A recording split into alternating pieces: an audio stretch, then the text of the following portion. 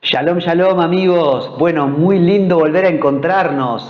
Que el Señor me los bendiga ahí, a toda esta querida teleaudiencia que nos está siguiendo por Apocalipsis Network. Saludamos a Esteban Morales del otro lado en los controles. Y si estás mirando mi canal de YouTube, estarás viéndome entonces por La Raíz, los estudios mesiánicos con Pablo Modernel. Una alegría, Esteban, volver a encontrarnos para esta sexta parte ya del estudio que estamos haciendo sobre la homosexualidad según la Biblia, donde hoy creo que vamos a definitivamente redondear y cerrar el tema. ¿Se acuerdan que la semana pasada habíamos comenzado a analizar los textos que algunas líneas teológicas que dentro de la Iglesia hoy quieren apoyar el vínculo homosexual, evidentemente tienen que encontrar en la palabra algún sustento, y ellos en manera especial se refieren a determinados vínculos entre determinadas personas en la Biblia para justificar así esta práctica dentro de sus congregaciones. Y así es que veíamos el caso que ellos citan como el de Ruth y Noemí, o el caso de David y el rey Saúl, o el caso de David y el hijo del rey Saúl, Jonatán. Y habíamos hecho como toda una contraargumentación, por así decirlo. No hay más textos dentro del Antiguo Testamento, no hay otro posible vínculo de ninguna relación que pudiera tener un viso de homosexualidad, ¿no? Una característica, una arista que se pudiera emparentar con la homosexualidad. Hoy vamos a ver dos pasajes más que son del Nuevo Testamento, y después ya nos vamos a adentrar en otros pasajes que en realidad sustentarían lo que ha sido la tradición de la Iglesia a lo largo de los siglos y por qué la Iglesia, por qué el cristianismo y también el judaísmo de alguna manera se opone a la práctica homosexual. Entonces, hay un pasaje que de todos los pasajes que vamos a citar, que citan estas corrientes teológicas, para sustentar la homosexualidad bíblicamente hablando, de todos los pasajes, este es el que tiene más asidero, por así decirlo. Este es un pasaje que es coherente, en cierta forma, a lo que se está planteando, de acuerdo a lo que era la costumbre de la época en la cultura del Imperio Romano, pero tenemos que ver algunas cosas también respecto a esto.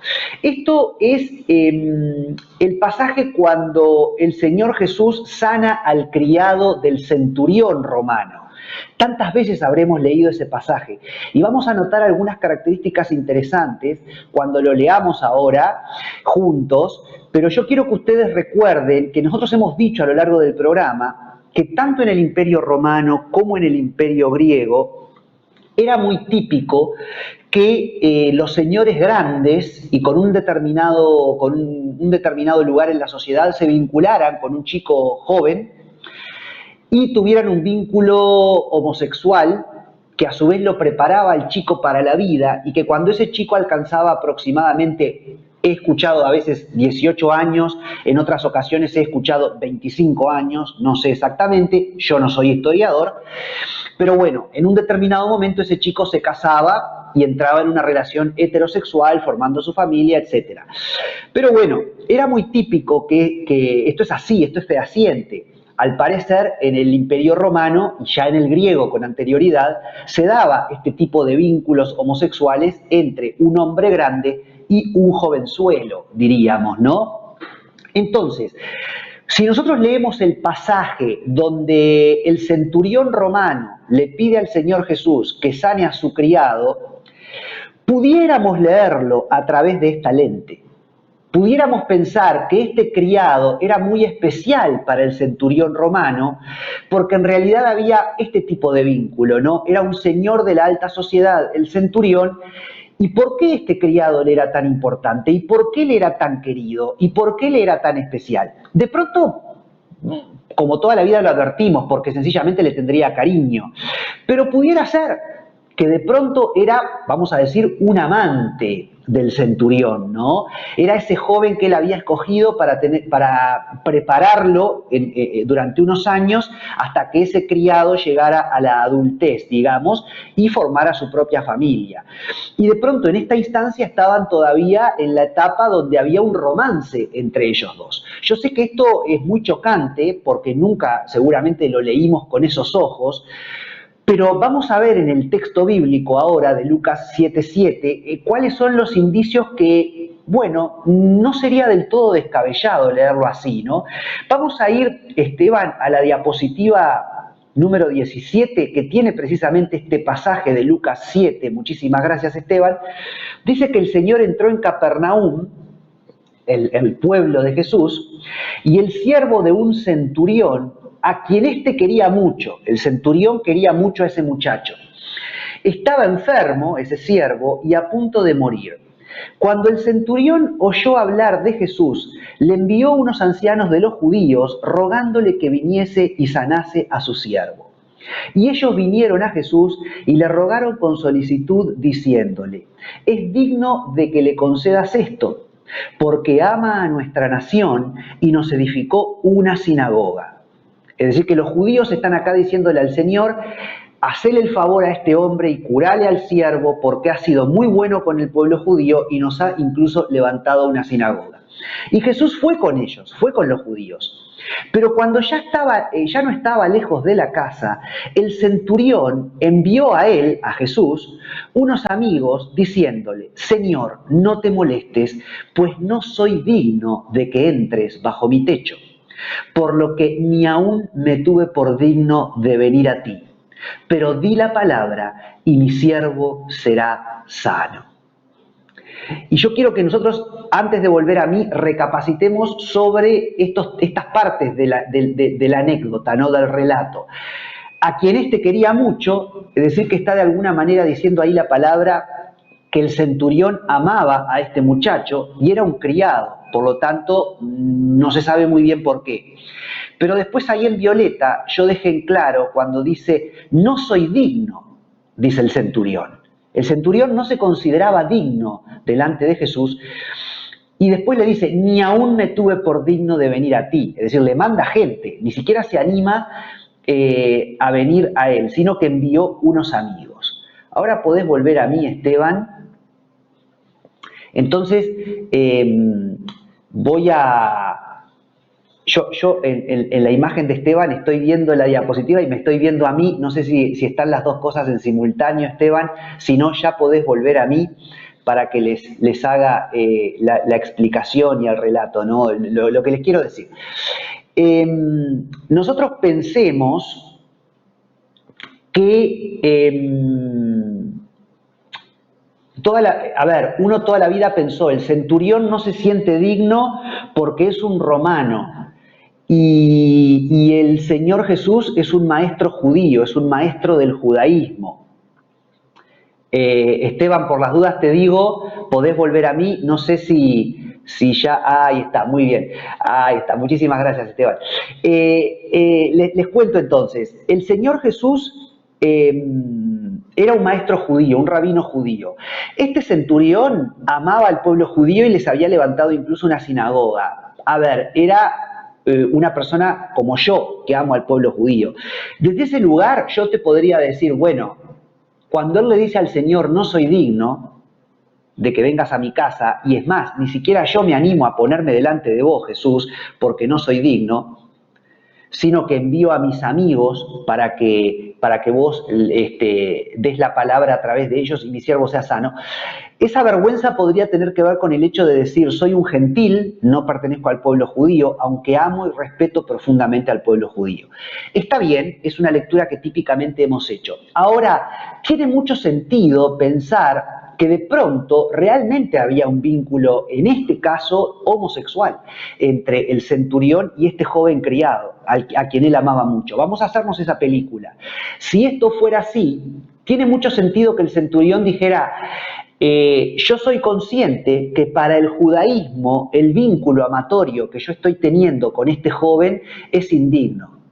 Y por lo tanto, ni siquiera me considero digno de que entres en mi casa, porque estoy en un vínculo de tipo homosexual, práctica que el judaísmo no apoya, y tú eres un maestro judío, pero además ni siquiera soy digno, no me animo ni a ponerme delante de ti, porque no me siento digno.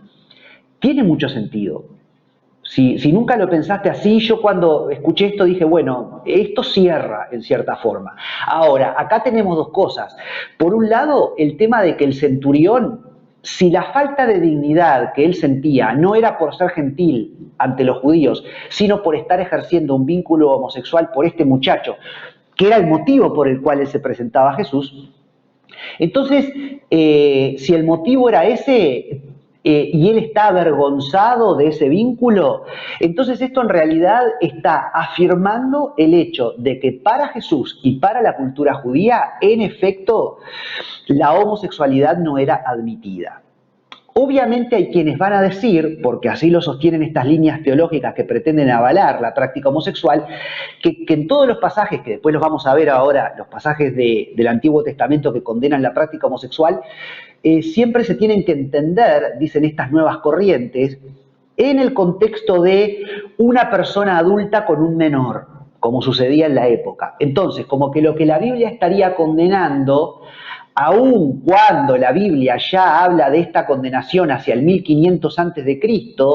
y el imperio griego recién llega más de 1000 años después, y después todavía el imperio romano, pero aún así esta gente, estas líneas teológicas dicen siempre cuando la Biblia condena la práctica homosexual de un varón acostándose con otro varón como quien se acuesta con una mujer, se refiere en realidad, lo que la Biblia está condenando es que una persona mayor, una persona adulta, esté de alguna manera abusando de una persona menor.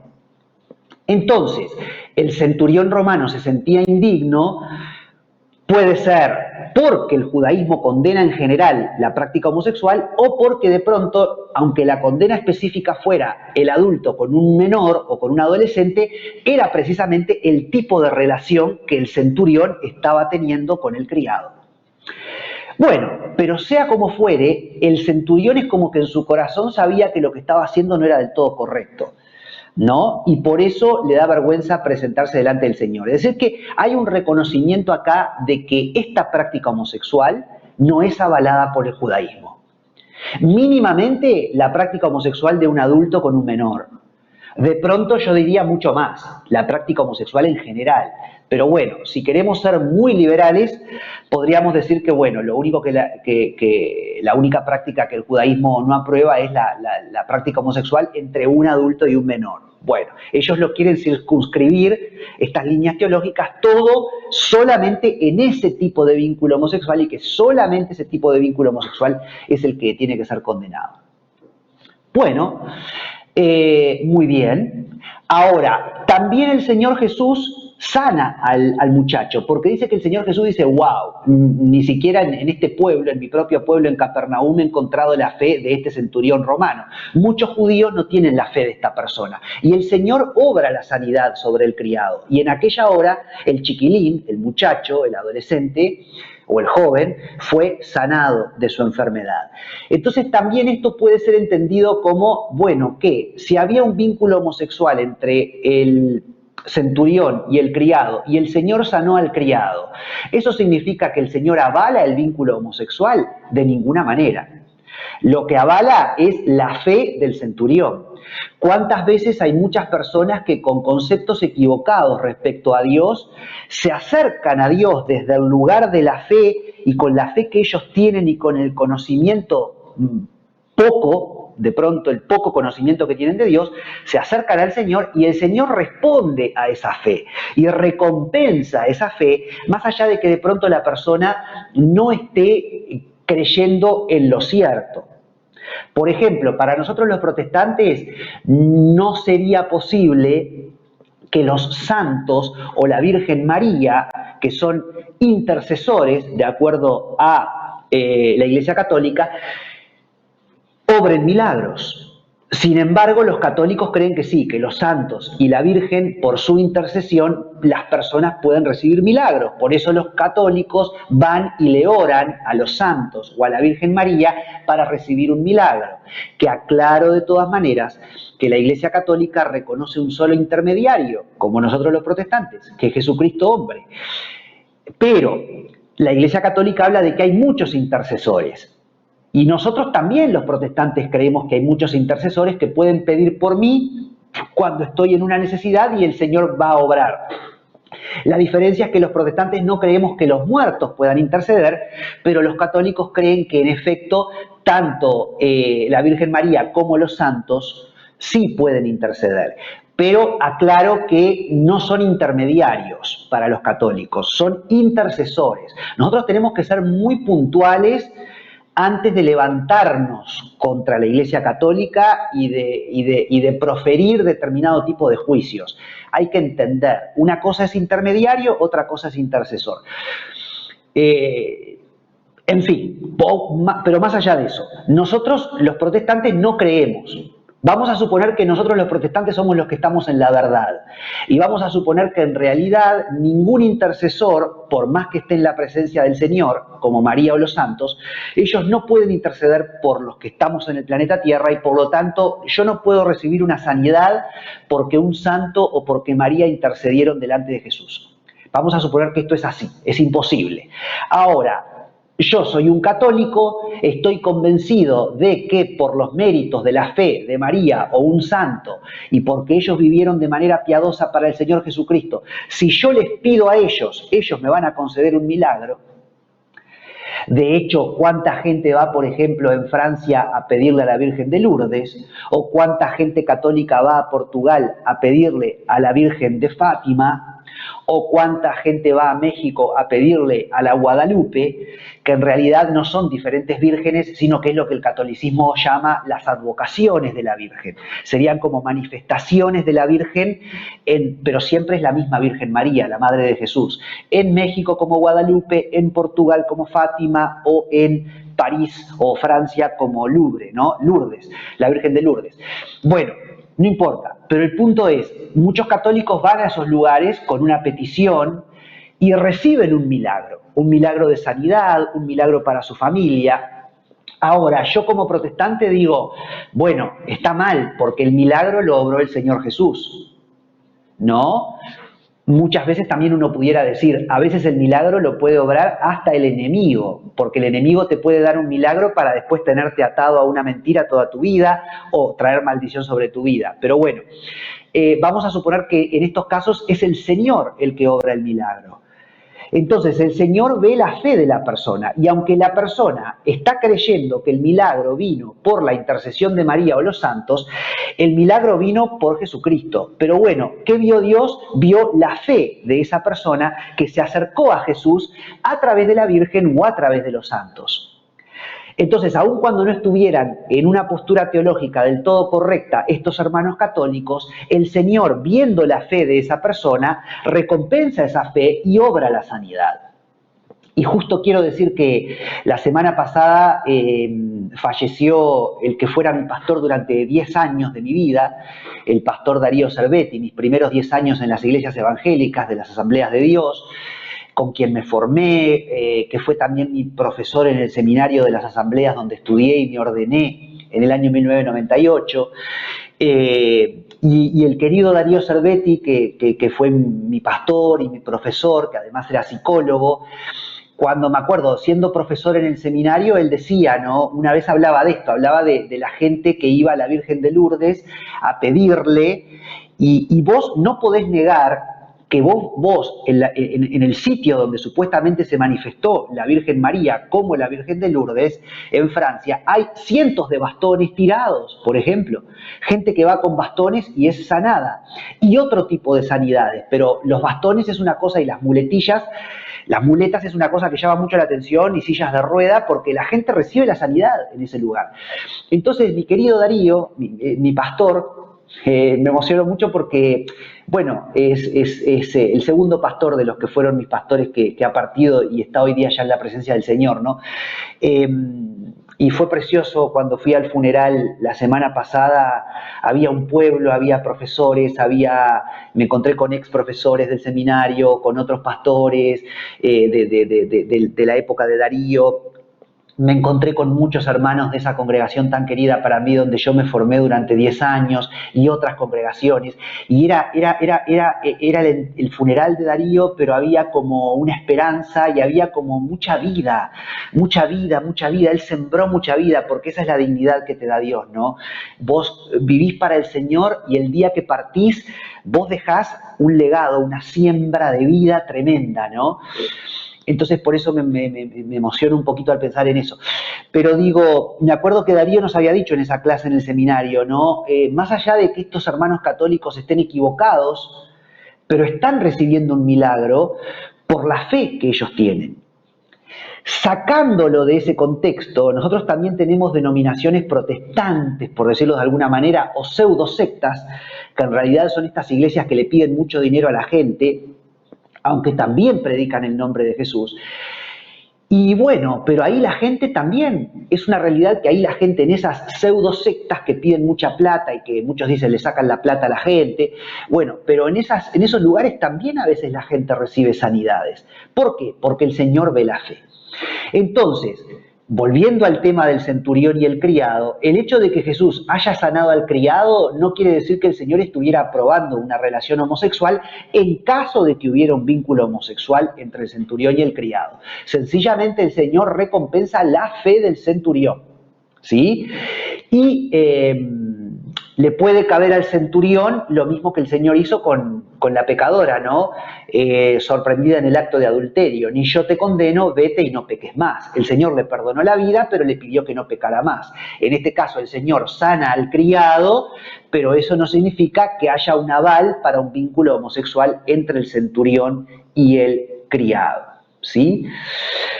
Bueno, el último texto en el Nuevo Testamento, y es lo último que podríamos mencionar como me da hasta vergüenza decirlo, como un posible vínculo homosexual, es que mucha gente quiere ver un vínculo homosexual entre nuestro Señor Jesús y el discípulo amado.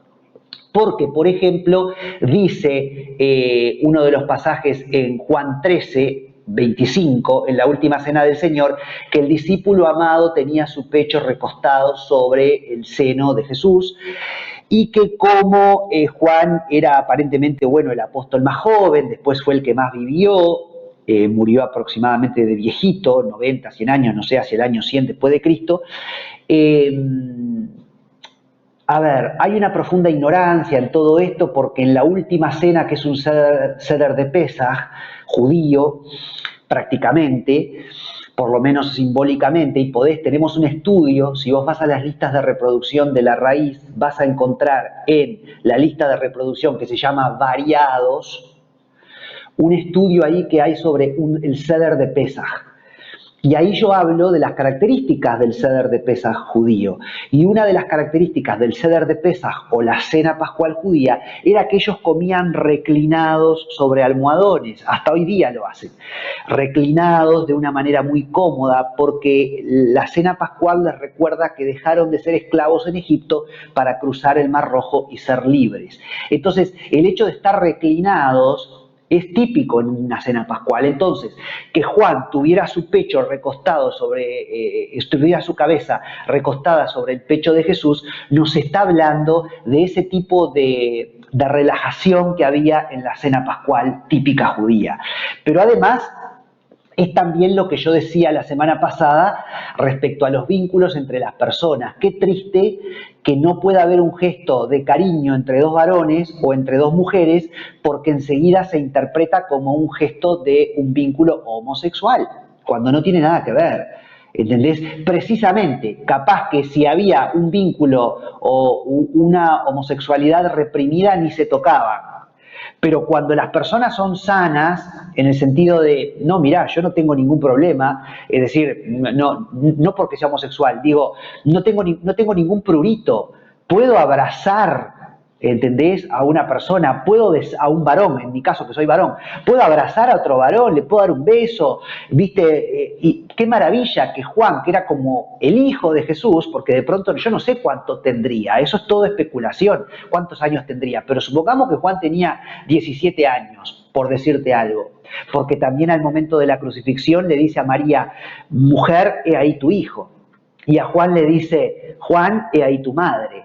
Entonces, había una diferencia etaria, una diferencia de edad, ¿no? Y bueno, Jesús también era hijo de María, entonces Juan podría tener la edad de Jesús. Pero digo, vamos a suponer que Juan tuviera 17 años. Jesús podría haber sido hasta un padre, un hermano mayor para Juan. ¿Por qué no puede Juan recostar su cabeza en el pecho de Jesús con todo el cariño del mundo sin que esto entrañe, pero nada más lejos de lo que pueda ser un vínculo homosexual? Yo que me crié en colegio de curas, en escuela y colegio y liceo de curas, en la Iglesia Católica, conocí un montón de sacerdotes. En mi vida hubo un montón de sacerdotes. No sé, yo sé, hay muchos relatos de abuso de sacerdotes con menores, ¿no? Y yo digo, gracias a Dios, tengo el privilegio de que nunca experimenté nada ni de cerca con todos los sacerdotes que conocí desde que yo fui hasta segundo año de escuela, colegio de hermanas católicas. A partir de tercer año de escuela, tercero, cuarto, quinto y sexto, fui a escuela de sacerdotes, al Colegio Pío, y primero, segundo, tercero y cuarto de liceo, hasta que tuve 15, 16 años, fui al Liceo de los Curas, al Colegio Pío. Mira, un montón de curas, todos divinos, el padre Guarino, el padre Milan Seknisek, el padre Claudio Muniz Vila, el padre Pitini, que era un viejito divino, el cura Pose, que fue el que nos preparó para la confirmación, un montón de curas.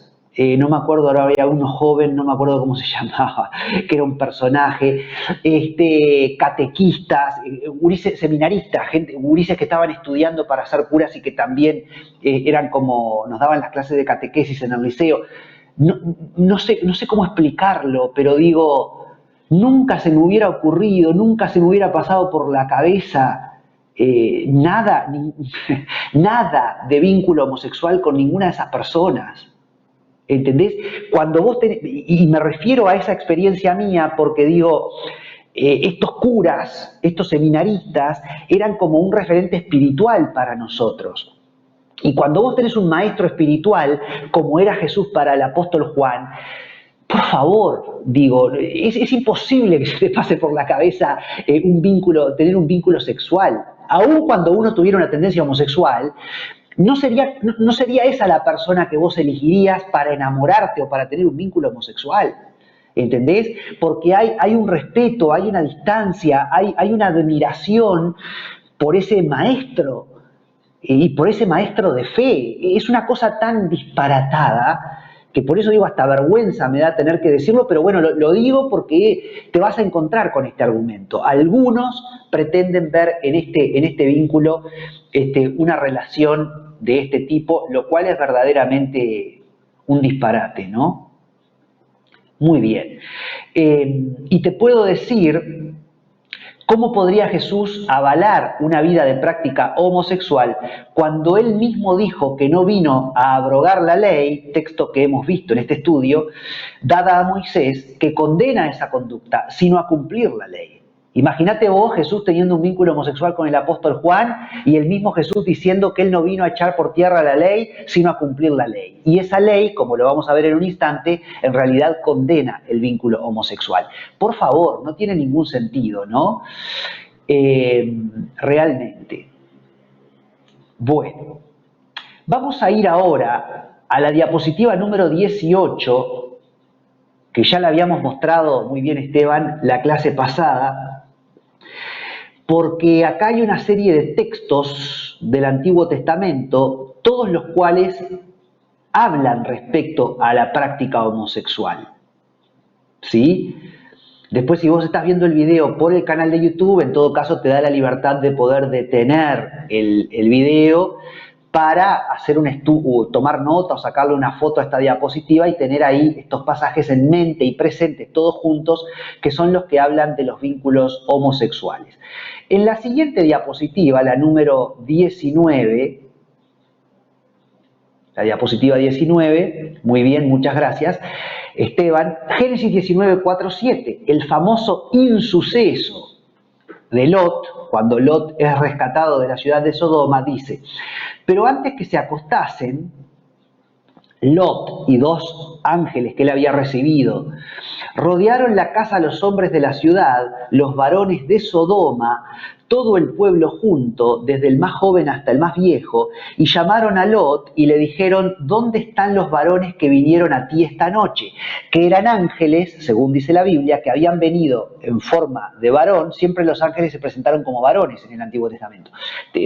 Aparentemente eran varones, ¿no? Y habían venido a rescatar a Lot y a sacarlo de Sodoma porque iba a venir el fuego sobre esa ciudad.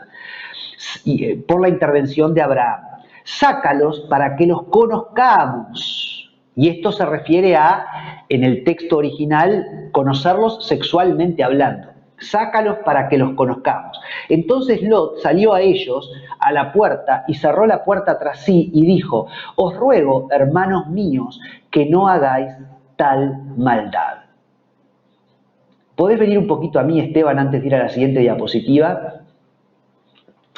Entonces, a ver, la Biblia, porque también estas corrientes de teología dicen que el término sodomita se asocia con el vínculo homosexual, pero específicamente con el vínculo de una relación anal, de pene-ano, vamos a llamar las cosas por su nombre. Eso es un acto de sodomía. De hecho, hoy día en el derecho, en la ley, cuando se dice, por ejemplo, que una persona cometió actos de sodomía contra otra persona, se refiere a una relación sexual con acceso carnal y un vínculo en el cual hay una penetración anal.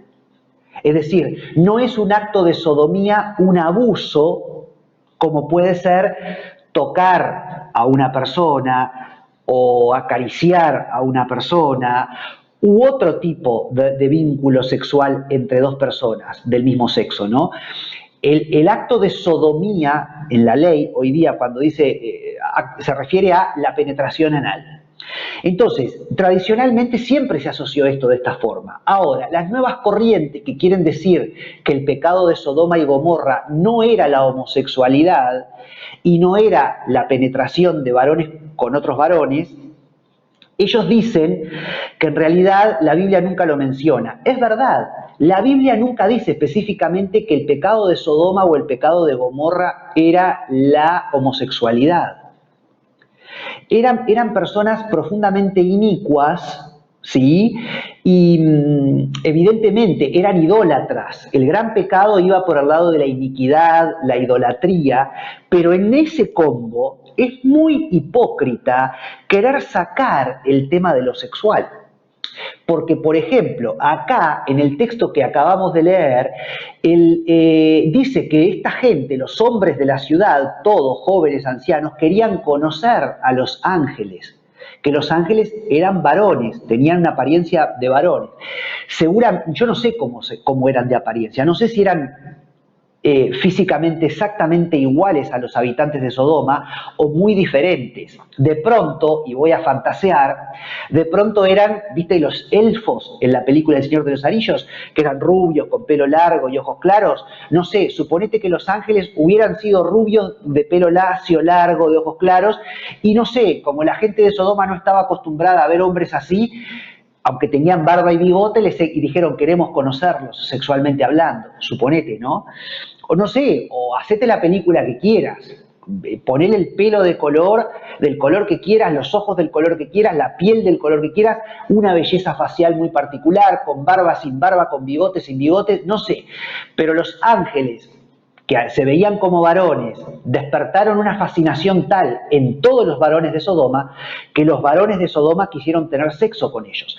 Que vos me trates de decir que no es verdad que el término conocer signifique tener una relación sexual, porque dice: sacalos para que los conozcamos.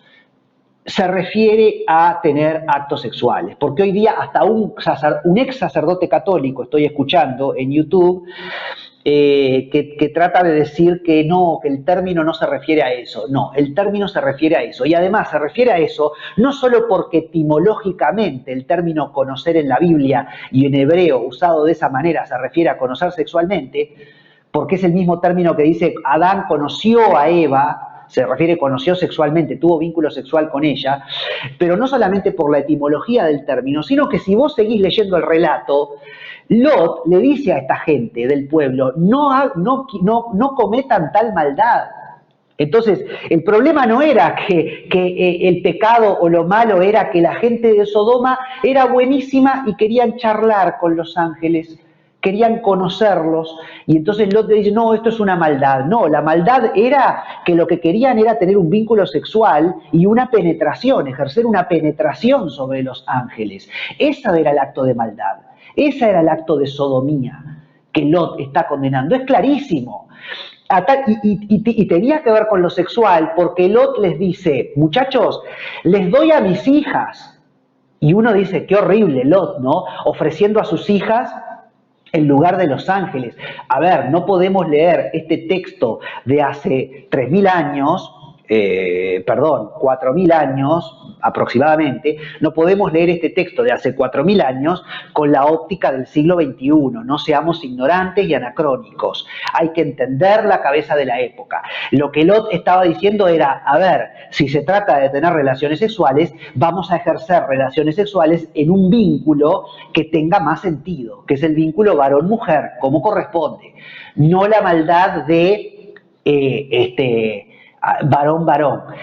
No importa si a vos te parece una barbaridad que Lot le hubiera ofrecido a las hijas en lugar de los ángeles. Eso en ese momento vamos a hacerlo a un lado.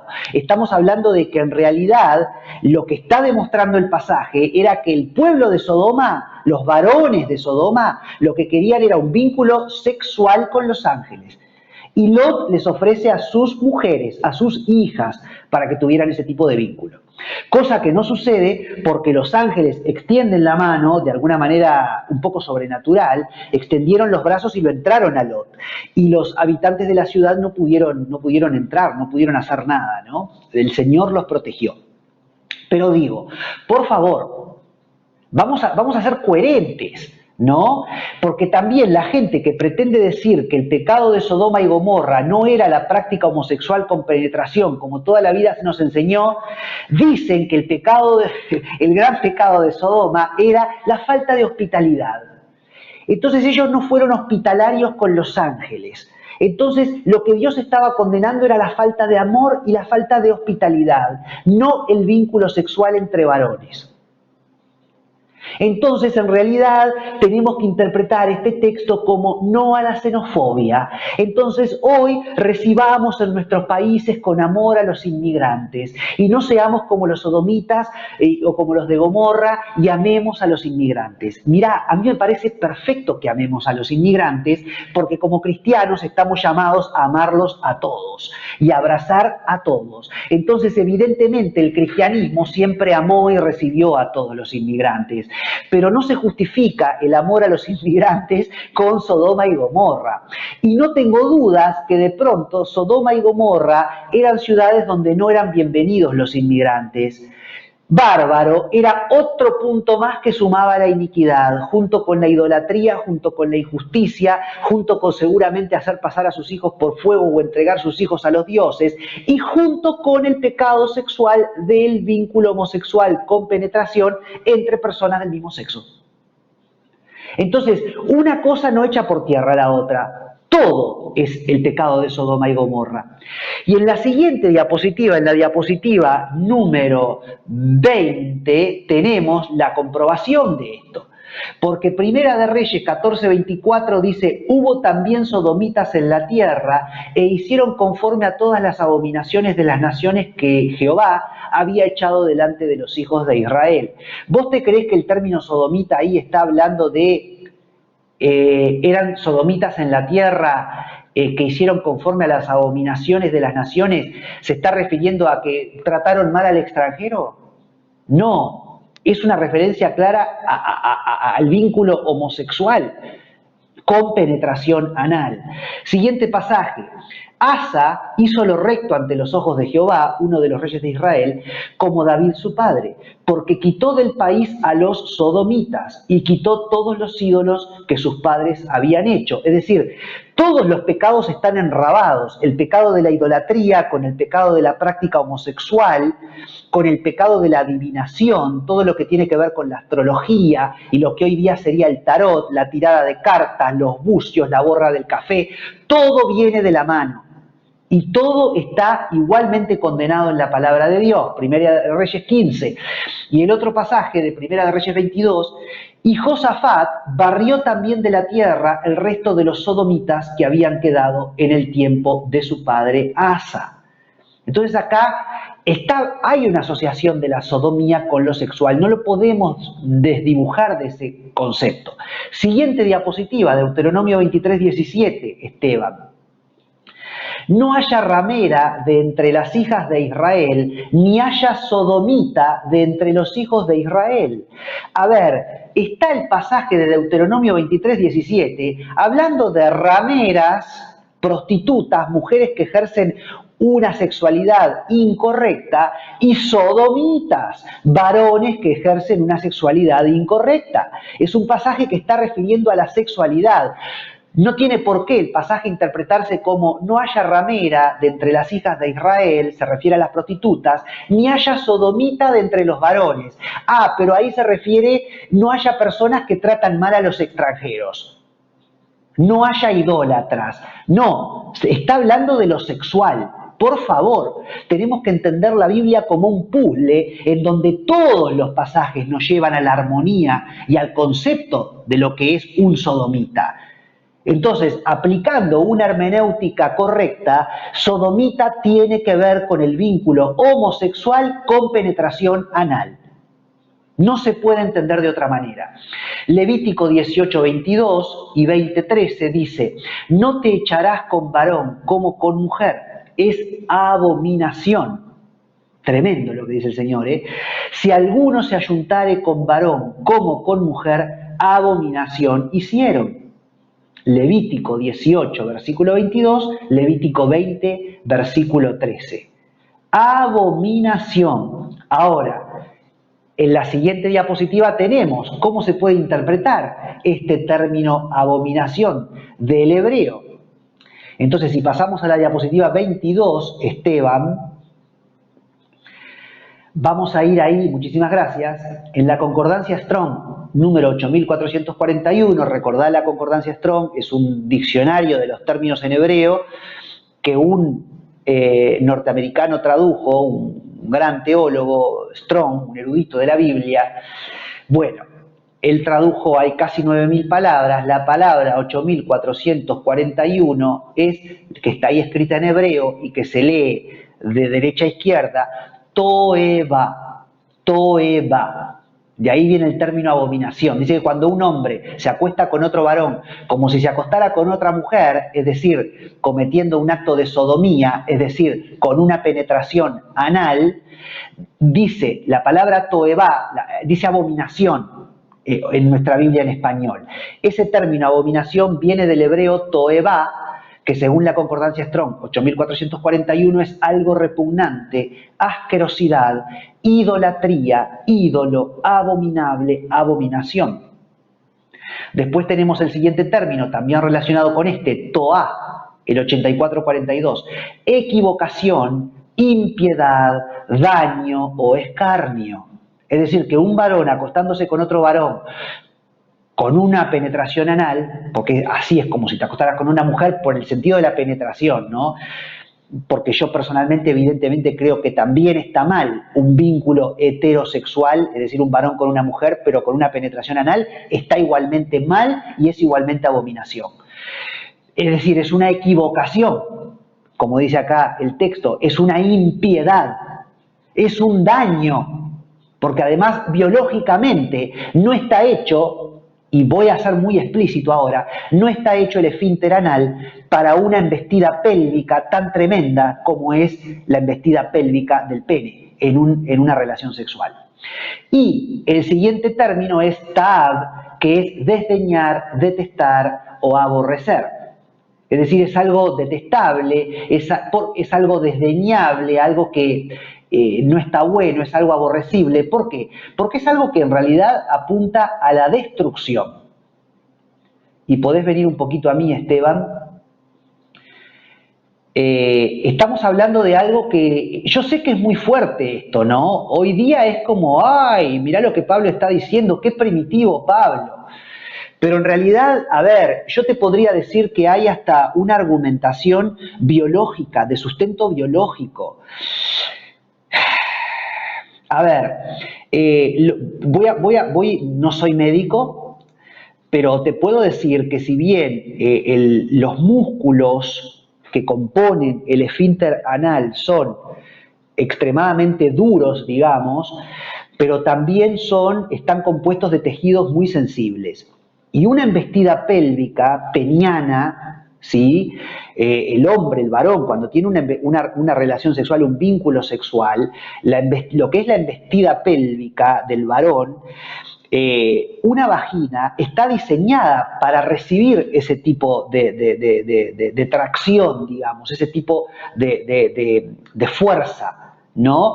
Al punto tal que vos tenés que pensar que una vagina está diseñada de tal modo que incluso la mujer a través de la vagina da a luz a un bebé, ¿no? Entonces,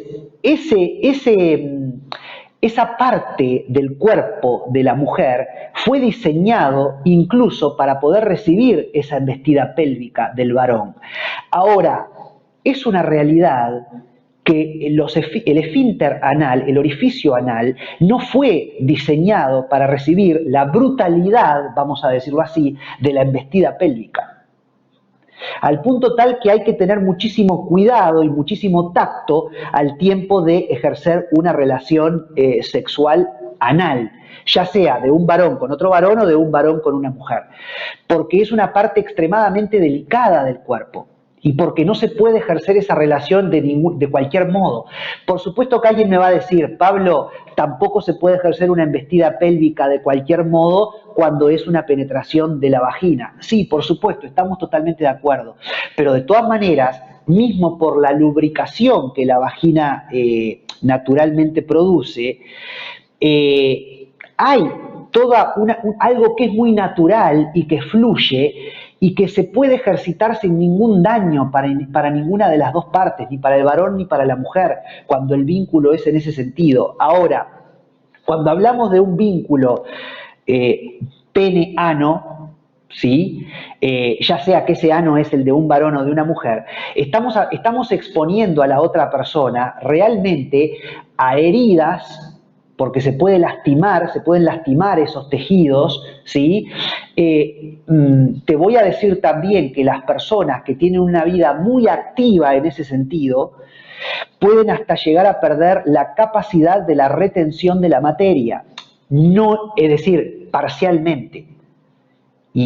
Voy a ser muy claro con lo que digo, la persona, sea una mujer o sea un varón, que tiene una vida de una penetración anal todo el tiempo, puede llegar a tener una pérdida de la capacidad de la retención de la materia, al punto que puede llegar a manchar su ropa interior con materia fecal.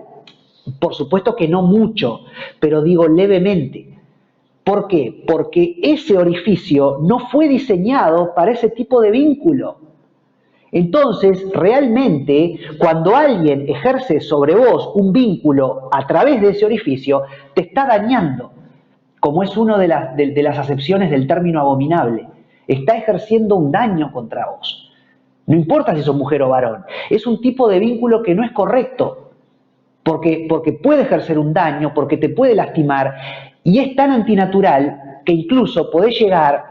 El esfínter anal, que es extremadamente duro, los esfínteres anales, pero pueden llegar a perder esa dureza al punto de que en algún momento llegues hasta perder la capacidad de la retención de la materia, parcialmente, no es que todo se te va a salir para afuera, pero digo, al punto de que podés llegar a mojar tu ropa interior con materia fecal. Entonces, a ese punto de antinaturalidad, porque las cosas hay que decirlas, Porque hoy día resulta que hablar de ciencia, sos homófobo, sos un cavernícola, mira lo que estás diciendo. Y yo te invitaría, porque lo podés ver hasta en YouTube, las páginas que hay de homosexuales y de todos los consejos que dan respecto a cómo hay que tener un vínculo anal, por lo delicada que es esa zona y por el cuidado que hay que tener en ese tipo de vínculo. Pero no solamente esto, yo te podría argumentar otra cosa. Yo te podría decir que si yo voy a lo que es biología pura y específicamente, si yo tengo un varón sano y una mujer sana y los pongo a tener un vínculo sexual, lo peor que puede pasar es que la mujer quede embarazada un montón de veces y que germine vida y que generen vida entre esas dos personas. Ahora, estoy hablando sin cuidarse, sin usar ningún tipo de protección, como por ejemplo un preservativo. Ahora, si yo pongo dos varones o un varón con una mujer en un vínculo anal, ¿sí? ¿Qué va a ser lo que puede suceder? Que el varón se puede infectar y muy gravemente, porque evidentemente ese orificio, que es la cavidad por la cual sale el desecho de la materia, lo que nosotros desechamos de lo que comemos, evidentemente está plagado de una serie, digamos, de bacterias que realmente te pueden transmitir cualquier tipo de infección. Por eso no se puede realizar sin protección, digamos. Pero sí se puede realizar sin protección un vínculo entre un varón y una mujer, de la otra forma, ¿verdad? Entonces, esto también nos está hablando de que realmente hay algo que produce un daño, y por eso la Biblia dice es abominación. Pero la Biblia no dice es un hecho abominable porque la Biblia sea un libro religioso, sea un libro atrasado. No, la Biblia es muy adelantado y biológicamente entiende de lo que está hablando cuando habla de un vínculo homosexual con penetración anal. Y por eso es muy específica al decir que esto no es lo correcto y que esto hace daño. Y te podría decir, ya desde un plano más ético, de alguna manera, si yo me voy por lo ético, te podría decir que simbólicamente, si un varón tiene un vínculo con una mujer a través de la vagina, la simiente de vida del varón va a terminar en un lugar que tenga la posibilidad de germinar vida, como es el vientre de una mujer. No importa si ese varón es infértil, no importa si la mujer es infértil. Éticamente hablando, filosóficamente hablando, tenemos la vida terminando, por la vida me refiero al esperma, terminando en un lugar donde se puede sembrar vida, que es el vientre de una mujer. Lo contrario es la vida, el esperma, terminando en un lugar de muerte. Porque es un lugar que no puede, el otro orificio es un lugar que no puede generar la vida y es más, es un lugar de muerte porque es un lugar, un conducto a través del cual sale el desecho de lo que ya no sirve más. Entonces, Dios nos diseñó de una determinada manera porque hay un diseño original y hay dos sexos, cosa que también hoy día se está queriendo negar, lastimosamente, hay dos sexos, cromosómicamente hablando, hay XX y XY y no hay un tercer sexo, y aún los intersexuales, que son muy pocas personas en el planeta y que son niños o niñas que nacen con ambas genitalidad, que por lo general son digamos, por ejemplo, una niña que tiene los órganos externos de la mujer, vulva, vagina, etcétera, pero que, por ejemplo, no tiene ovarios, y, por ejemplo, tiene un clítoris más grande que lo que es el clítoris natural de la mujer, entonces sería como un micropene, o de pronto es un varón, porque cromosómicamente es XY, pero tiene un micropene, no tiene un pene como el de cualquier varón. Entonces hay algunas personas que nacen dentro de esta característica que se llama intersexuales, pero son una ínfima parte del planeta Tierra. Pero aún en esos casos, que antes la biología optaba generalmente por cercenar el micropene y que todos los intersexuales se desarrollaran como mujeres, pero hoy día ya no se hace esa operación, lo cual en realidad está bien, porque hay muchos intersexuales que cromosómicamente son una mujer, XX, pero hay otros que son un varón, XY. Espero estar diciendo bien lo de XXXY. ¿Y qué es lo que pasa? Entonces, muchas veces de pronto pueden haber cercenado el micropene y cuando esa persona se desarrolla, si bien tiene toda la morfología de una mujer, se siente mal porque cromosómicamente es un varón, porque es un XY. Y hay ahí una falta de conformidad con lo que es genéticamente. Pero genéticamente sos varón o sos mujer, no hay otra. Y hay ahí un diseño de Dios. Es como si yo te dijera, yo puedo ser un varón y puedo tener un accidente y puedo perder mis genitales masculinos, pero no por eso dejo de ser varón. Sigo siendo un varón, porque cromosómicamente soy un varón. Lo mismo una mujer. Por H o por B puede perder su capacidad y sin embargo sigue siendo una mujer. Porque cromosómicamente es una mujer. Entonces, cromosómicamente sos varón o sos mujer. Hay un diseño de Dios. Y generalmente esa genética se trasunta en una apariencia en la biología, salvo honrosas excepciones como los chicos intersexuales, pero que nacen ya así, con una morfología de lo que antiguamente se decía un hermafrodita, ¿verdad? Pero son casos contados dentro de lo que es la especie humana, ¿no? Y pudieran entrar dentro de otras patologías, como puede ser, bueno, cuando una persona puede nacer sorda o sin ver, digamos. Y aunque se me quiera comer crudo, porque hoy día, ay, mirá lo que estás diciendo, entonces un intersexual no es completo. Bueno, no sé, un sordo, un ciego, una persona que nace sin un brazo, es un ser humano pleno, pero digo, ¿no es en algún aspecto físico diferente al común de los seres humanos? Sí, no queramos tapar el sol con un dedo. Lo común es que la gente nazca con 2 ojos y que la gente vea. Ahora, hay ciegos. Lo común es que la gente nazca oyendo. Ahora, hay bebés sordos. Lo común es que los bebés nazcan con 2 brazos y 2 piernas. Ahora, hay bebés que nacen sin 2 brazos y sin 2 piernas. Y no por eso son menos seres humanos. Son la misma calidad de ser humano que cualquier otro ser humano. Pero no es lo común. Del mismo modo, los intersexuales no es lo común. Lo común es un varón y una mujer con la característica morfológica de varón y de mujer. Ahora, aún los intersexuales son XX o XY. Son varón o mujer. Son macho o hembra. Le guste a quien le guste y le pese a quien le pese. Porque hoy día hemos llegado a la bestialidad y a la brutalidad de querer negar la idea de los 2 sexos. Y la siguiente diapositiva me viene muy bien, Romanos 1, el apóstol Pablo en Romanos 1, versículos 25 al 27, cambiaron la verdad de Dios por la mentira, dice el apóstol Pablo. Pasiones vergonzosas, habla el apóstol Pablo, pues aún sus mujeres cambiaron el uso natural por el que es contra naturaleza. Puedo entender mujeres teniendo vínculo con animales o mujeres teniendo vínculo con mujeres. Y porque dice, y de igual modo también los hombres, dejando el uso natural de la mujer, lo que le es propio al varón es tener un vínculo sexual con la mujer, y dice, dejando el uso natural de la mujer, se encendieron en su lascivia unos con otros, unos varones con otros varones, cometiendo hechos vergonzosos hombres con hombres, seguramente refiriéndose en manera específica a la penetración anal, dice el apóstol Pablo. Siguiente diapositiva. Primera de Corintios 6, 9, 11. ¿No sabéis que los injustos no heredarán el reino de Dios? No erréis.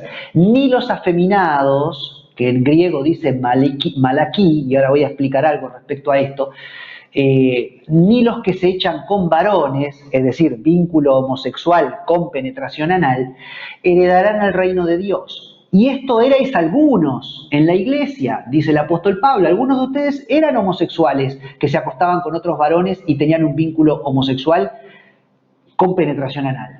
Mas ya habéis sido lavados, ya habéis sido santificados, ya habéis sido justificados en el nombre del Señor Jesús y por el Espíritu de nuestro Señor. Y me gustaría, Esteban, que vayamos una diapositiva más todavía, Judas 7, como Sodoma y Gomorra y las ciudades vecinas, las cuales de la misma manera que aquellos, habiendo fornicado e ido en pos de vicios contra naturaleza.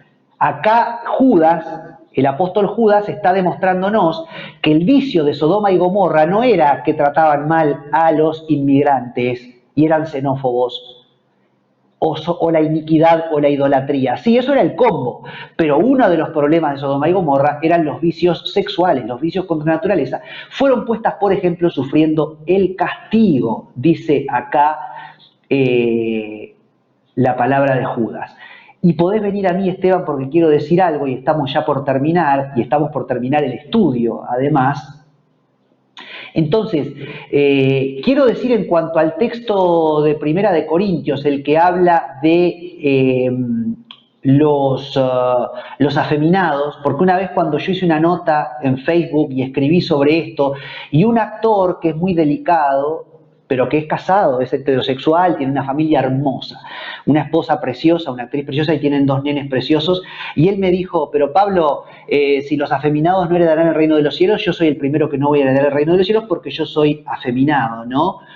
Esto que está en Primera de Corintios capítulo 6, versículos 9 al 11. Pero tengo que decir que cuando la palabra dice ni los afeminados, que el término griego es malaquí, y yo digo malaquí y no malakoi, porque aunque se escriba malakoi, yo como estudié griego moderno, y para mí la O y la I, no la omega y la otra letra es una I, yo digo malaquí. Bueno, ¿a qué se refiere la Biblia cuando dice que los afeminados no heredarán el reino de Dios? ¿Significa que un varón delicado no heredará el reino de Dios? No, porque eso no se puede medir. Yo ya lo he dicho en esta serie, yo soy un hombre delicado. Yo no sé si soy afeminado, espero no ser afeminado, pero digo, pero soy un hombre delicado, no soy, ¿cómo andás? ¿Qué te pasa? No, eso no está en mi naturaleza, soy una persona que por la educación que tuve, por los mundos en los cuales me he movido, porque eso también te va afectando, digamos, si vos te vivís moviendo entre mujeres y te fascina como me fascinan a mí los certámenes de belleza, bueno, hay como una delicadeza que también se te pega, contrariamente a si vivís viendo fútbol. Pero eso no es un problema. Cuando la Biblia dice los afeminados, no se refiere a eso. La Biblia se refiere al varón que siendo varón quiere ser mujer. Es decir, por ejemplo, me visto como una mujer. El afeminado es el varón que dice, yo reniego de mi condición de varón y me visto como una mujer porque quiero ser una fémina, quiero ser una mujer. Entonces, esa es la condenación. No el grado de delicadeza, si habla más delicadamente o menos delicadamente, si tuerce más la mano, como decimos no vulgarmente, o si tiene la mano más recta. No, eso no tiene nada que ver, ¿entendés? Si tiene más barba o menos barba, o el pelo largo o el pelo corto, por favor. El tema, seamos maduros en la lectura de la palabra. El afeminado es el que quiere ser una mujer y hasta se disfraza de mujer. O, y yo esto lo he experimentado, personas homosexuales que las he conocido en el vínculo del en el mundo del teatro y en el mundo de la salud, enfermeros, que vamos a ver, ¿cómo te voy a explicar? Tienen toda una pose. Entonces no es solamente que sean afeminados porque son delicados, sino que a propósito se esfuerzan por ser femeninos e incluso se refieren a sí mismos usando pronombres femeninos. Entonces, por ejemplo, una cosa es que vos seas delicado y otra cosa es que vos digas, ay sí, porque yo, Paula, a mí me encanta, soy Paula, no Pablo, y te tuerzo así la mano a propósito, porque evidentemente estoy forzando. Ay sí, yo, Paula, mira, sabés que a mí me encanta tener a mis amigas, por ejemplo. Digo, es decir, pero que yo lo he vivido con algunos actores y algunos enfermeros, que es ridículo, porque están en una pose. No es que naturalmente sean así de delicados. Quieren, se esfuerzan por ser del otro sexo. ¿Entendés? Entonces, a eso se refiere Corintios, Primera de Corintios 9, Primera de Corintios 6, versículo 9, cuando habla de los afeminados. Entonces, ¿y cuál es el problema acá, que es el texto que leímos del apóstol Pablo? Es que esta gente, en realidad, el problema es que vos te estás rebelando contra Dios. Porque Dios te dio una naturaleza, porque hay un diseño original, y vos te estás rebelando contra Dios, y vos le decís a Dios, me importa nada. Yo voy a vivir mi vida como quiero y voy a hacer con mi vida lo que quiero. Y entonces el gran pecado no es que vos, siendo varón, te acuestes con otro varón como si te acostara con una mujer. El gran pecado nace en la rebeldía. en no querer tener en cuenta a Dios, en no tener la humildad de decir, ¿sabés que sí? ¿Sabés que soy varón y me debieran de tirar las mujeres, pero me tiran los varones? Señor, ayúdame con esto. En ese caso Dios no va a tener problema, ¿entendés? Te va a ayudar y vas a poder vivir tu vida con dignidad y vas a salir adelante. Ya sea que seas totalmente exitoso y llegues a tener un vínculo heterosexual y formes tu familia, o no, eso no lo sabemos. Pero ahí también hay una ventana de esperanza que quiero abrir para aquella persona que la viene luchando, que la viene peleando. ¿Sabes qué? No solamente la podés luchar y pelear, sino que te podés equivocar 1 y 1000 veces. ¿Está? Porque el justo cae 7 veces y 7 veces vuelve a levantarse, como dice la palabra. Entonces, mientras no llegues a practicar el pecado, hasta te puedo decir que podés pecar, que el Señor te va a limpiar, no 1, sino 70 veces 7. El Señor te va a levantar, te va a perdonar y te va a limpiar, no 1, sino hasta 70 veces 7. Esto era algo que no quería terminar la serie sin explicarlo, ¿no? Porque alguien homosexual me puede decir, o que practica la homosexualidad, Pablo, tengo esta lucha y no puedo, y la vengo llevando como mejor puedo, pero sabés que, me volví a acostar con un varón, o volví a tener un vínculo sexual con un varón. No importa, vos te arrepentiste, te volviste al Señor, ya está, ¿entendés? Seguí para adelante. No dejes que esa situación defina tu vida. Mientras no se vuelva una práctica de pecado, no hay problema. Ahora vos me vas a decir, ¿y cuándo es una práctica de pecado? ¿Cuando lo hice 10 veces? ¿Cuando lo hice 20 veces? ¿Cuando lo hice más de 100 veces? No, un pecado deja de ser pecado y se transforma en práctica de pecado no por la cantidad de veces que lo hagas, que evidentemente también algo puede tener que ver, pero no se trata de la cantidad de veces que lo hagas. Un pecado deja de ser pecar y se transforma en práctica de pecado cuando vos ya haces ese acto y no te produce nada, no te produce ningún remordimiento, no te despierta ninguna culpa, lo haces de manera indolente. Ya apagaste de tal modo al Espíritu Santo dentro tuyo que lo haces y no te importa nada. Y bueno, yo lo hago, lo disfruto, lo lamento. Ni siquiera te cuestionás. Ahí dejó de ser pecar para transformarse en práctica de pecado. Y ahí es cuando debiera de encenderse la gran luz roja y es cuando ya estás en un camino de difícil retorno. Porque ahí ya entraste en rebeldía, que es de lo que habla el apóstol Pablo en la carta a los Romanos, capítulo 1, ¿no? Ya entraste en rebeldía, ya no quisiste tener más en cuenta a Dios y entonces estás viviendo tu vida. Entonces es muy diferente esa situación del hermano que carga con esta cruz y que allá la va piloteando como puede y de repente se vuelve a equivocar, pero se arrepiente. Si ese es el caso, ese pecado no es práctica de pecado y no define tu vida. Y tengo una amiga que yo le dije, mirá que voy a utilizar tu ejemplo. Ella durante muchos años se congregó, era separada, había tenido un hijo y muchos años no tuvo necesidad de sexo. Pero hubo un momento en donde ella como mujer necesitó acostarse con un hombre. Y en 2 oportunidades se acostó con 2 varones diferentes. En una dice que lo disfrutó pila y en otra no, para nada. Pero las 2 veces que lo hizo se sintió después horrible y allá fue llorando a la iglesia y pidiéndole perdón a Dios y Dios la restauró y hoy día está felizmente casada, ¿no? Ella no dejó que esas instancias aisladas determinaran su valor como mujer. Entonces, tu valor como persona no lo determina, bueno, me volví a acostar o volví a tener un vínculo homosexual incluso con una persona de mi mismo sexo o con una persona del otro sexo pero por fuera del matrimonio. Tranquilo. No dejes que esos actos aislados en tu vida definan la persona que vos sos. El Señor echa en lo profundo del mar todo pecado y se olvida de él. Mientras vos restaures el vínculo con el Señor, está todo bien. Y que nadie te venga a señalar. Ninguna otra persona, ni Satanás y sus huestes, ni tampoco tu propia conciencia o vos mismo. Porque lo que el Señor enterró y quedó en lo profundo del mar, de eso ya nadie te puede señalar. Por eso ya nadie te puede señalar. Entonces, tranquilidad en ese sentido. Y también, y relacionado con esta amiga, porque esta amiga mía tiene un hijo que no está en el Señor. Y sin embargo, ese chiquilín se casó virgen y la única mujer que conoció fue su esposa.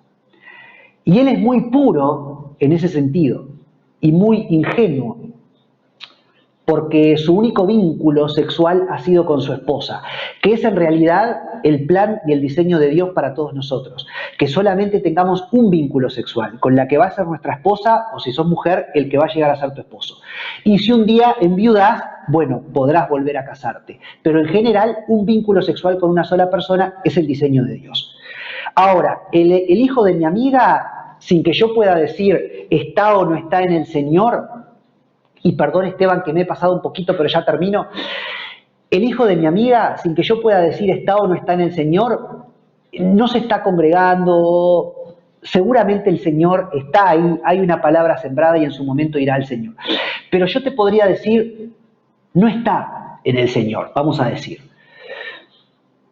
Por otro lado, tengo otra amiga que tuvo un hijo que en un momento estaba obsesionado con el tema de no puedo tener relaciones sexuales, para tener relaciones sexuales tengo que casarme. Y se casó y después tuvo relaciones sexuales.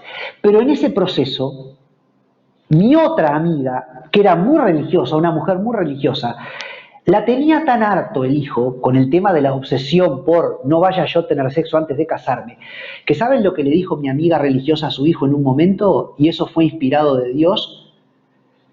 Y no lo nombro al chiquilín para no comprometerlo. Me emociona, ¿no? Porque a mí me quedó grabado a fuego. Ella le dijo, fulano de tal, refiriéndose a su hijo, ¿no? Como si yo te dijera José, Luis, Juan, no es ninguno de esos nombres. Pero vamos a ponerle Pablo, no voy a poner mi nombre, ¿no? Pablo, Dios no quiere tu virginidad, Dios quiere tu corazón. Porque a veces también nos obsesionamos con el tema de la pureza. Y mirá, es lo ideal si vos podés llegar a casarte siendo virgen. Pero no te preocupes, porque Dios no está tan interesado en tu virginidad como en tu corazón. Dios lo que quiere es tu corazón. Entonces, si sos virgen, mantenete virgen. Si sos célibe, mantenete célibe. Hasta la persona que Dios te dé. Si ya no sos más virgen, si ya no sos más célibe, si tuviste vínculos sexuales, no te preocupes tanto, porque el Señor no quiere tanto tu virginidad como tu corazón. Lo que Dios quiere es tu corazón. Y Dios prefiere a una persona que habiendo tenido muchos vínculos sexuales, un día viene a Él con un corazón arrepentido, que alguien como el otro hijo de mi amiga, de mi otra amiga, que se casó virgen y que es virgen, en el sentido, no es virgen, pero digo, solamente conoció a su esposa y nunca más va a tener otro vínculo con otra mujer que no sea su esposa, pero su corazón no es del Señor. ¿Se entiende lo que quiero decir? Aleluya. Y lo último, y con esto sí me despido, y vamos ahora a la diapositiva número 26, es que el vínculo heterosexual, éticamente hablando, tiene que ver con el principio de la distinción, que es un principio divino. A lo largo de toda la Biblia es un principio del judaísmo muy lindo. Dios y la creación son dos cosas diferentes, Dios y la creación. El árbol del bien y el árbol del mal y los otros árboles. Adán y Eva son dos seres diferentes. Israel, nación elegida que bendice a los gentiles, el resto de las naciones. Este principio de la distinción tiene que ver con este te bendeciré y serás bendición de Génesis 12. Y podés venir a mí, Esteban, y con esto sí ya termino, perdón, pero no nos da una hora más para una parte 7 de este estudio. El principio de la distinción es un principio glorioso, ¿no? El Señor, digamos, la vida sucede a través de la complementariedad o complementariedad de lo diferente. Dios es diferente de la creación que Él crea. El mundo no es Dios. Dios es Dios y Dios crea. A Dios lo bendice haber creado algo bueno. Y a nosotros nos bendijo el hecho de que Dios nos hubiera dado la posibilidad de tener la vida.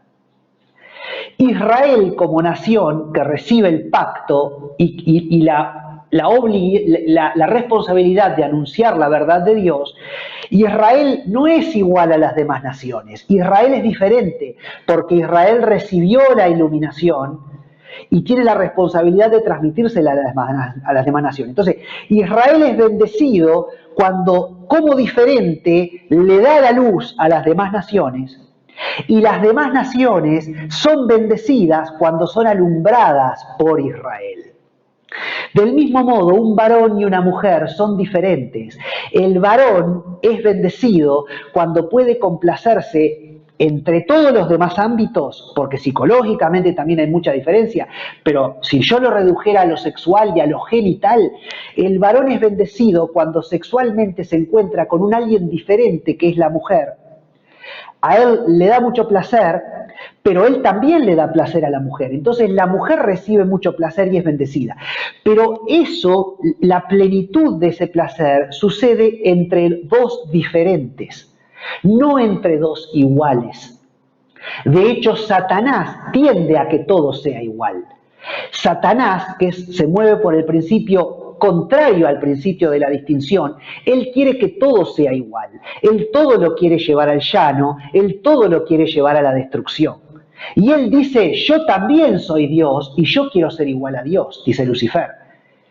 Pero Lucifer no es igual a Dios, Dios es diferente a Lucifer. ¿Sí? No es que el bien y el mal están al mismo nivel y son dos dioses. No. El Dios es el bien. El mal existe como lo que se levanta en contra del bien, pero el bien existe por sí mismo sin el mal. Entonces Dios no es lo mismo que Lucifer, pero Lucifer quiere llevar todo al llano y decir yo también soy Dios. Entonces hay un tema muy profundo también desde el punto de vista teológico que tiene que ver con que la heterosexualidad tiene que ver con la vida, tiene que ver con lo diferente, tiene que ver con la complementariedad, ¿sí? Y ahí surge la vida. Mientras que lo otro, la homosexualidad, sería como reducir todo al llano y es algo más chato y es algo que en realidad termina en muerte. Se nos ha ido el tiempo, yo espero que este estudio haya sido de bendición. Nos vamos a despedir ahora y nos vamos a tomar un recreo hasta que el Señor nos provea de un nuevo estudio. Y bueno, les mando un abrazo enorme, perdón porque sé que es casi un estudio de 1:20 el de hoy, pero bueno, teníamos que redondear el tema y terminarlo. Yo te animo porque también quiero terminar diciendo esto, ¿no? Acá el gran tema es el amor. No es que uno te esté juzgando si estás en una vida de práctica homosexual. No te estoy juzgando. Dios solamente sabe quién es cada quien y Dios solamente dirá lo que cada uno, donde cada uno termine, el destino eterno de cada uno. Dios tratará con cada uno hasta la última décima de segundo que permanezcamos en este planeta. Pero como ya lo he dicho en este estudio, el amor no es aceptarlo todo y darte para adelante. Si yo veo que darte para adelante no es lo que avala la palabra de Dios, yo te voy a decir, no vayas para adelante, vení para atrás. ¿Sí? A veces decirle a la persona no vayas por ese camino no es maldecirla, ni juzgarla, ni criticarla, es amarla. Y esa es la función de la iglesia. Y la iglesia fiel y verdadera sigue dando esa batalla porque aunque haya una iglesia apóstata, que tiene nombre de que está viva pero que está muerta y que pretende hoy día sustentar estos vínculos, y ya he hablado, la iglesia verdadera no va por ese camino. Te cuento entre paréntesis que hoy escuché otra información sobre la Iglesia Metodista Unida que ha optado por este camino de la pro-homosexualidad. Ya son 1.800 congregaciones en Estados Unidos que se abrieron de la Iglesia Metodista Unida y formaron una Iglesia Metodista aparte, la Iglesia Metodista Global o Mundial. La Iglesia Metodista en Rusia niega ir por ese camino. La Iglesia Metodista en Bulgaria niega ir por ese camino. La Iglesia Metodista en la República Eslovaca también, o en Eslovaquia. Es impresionante. El Espíritu Santo está en la iglesia y aunque haya hombres disfrazados de cristianos, apóstatas, que quieren ir por otro camino, los que abrazamos la palabra de Dios y realmente amamos a las personas y no queremos que las personas sean infelices, vamos a vivir de acuerdo a la palabra de Dios. Amén. Te mando un abrazo grande y nos vemos en la próxima. Gracias, Esteban, por todo.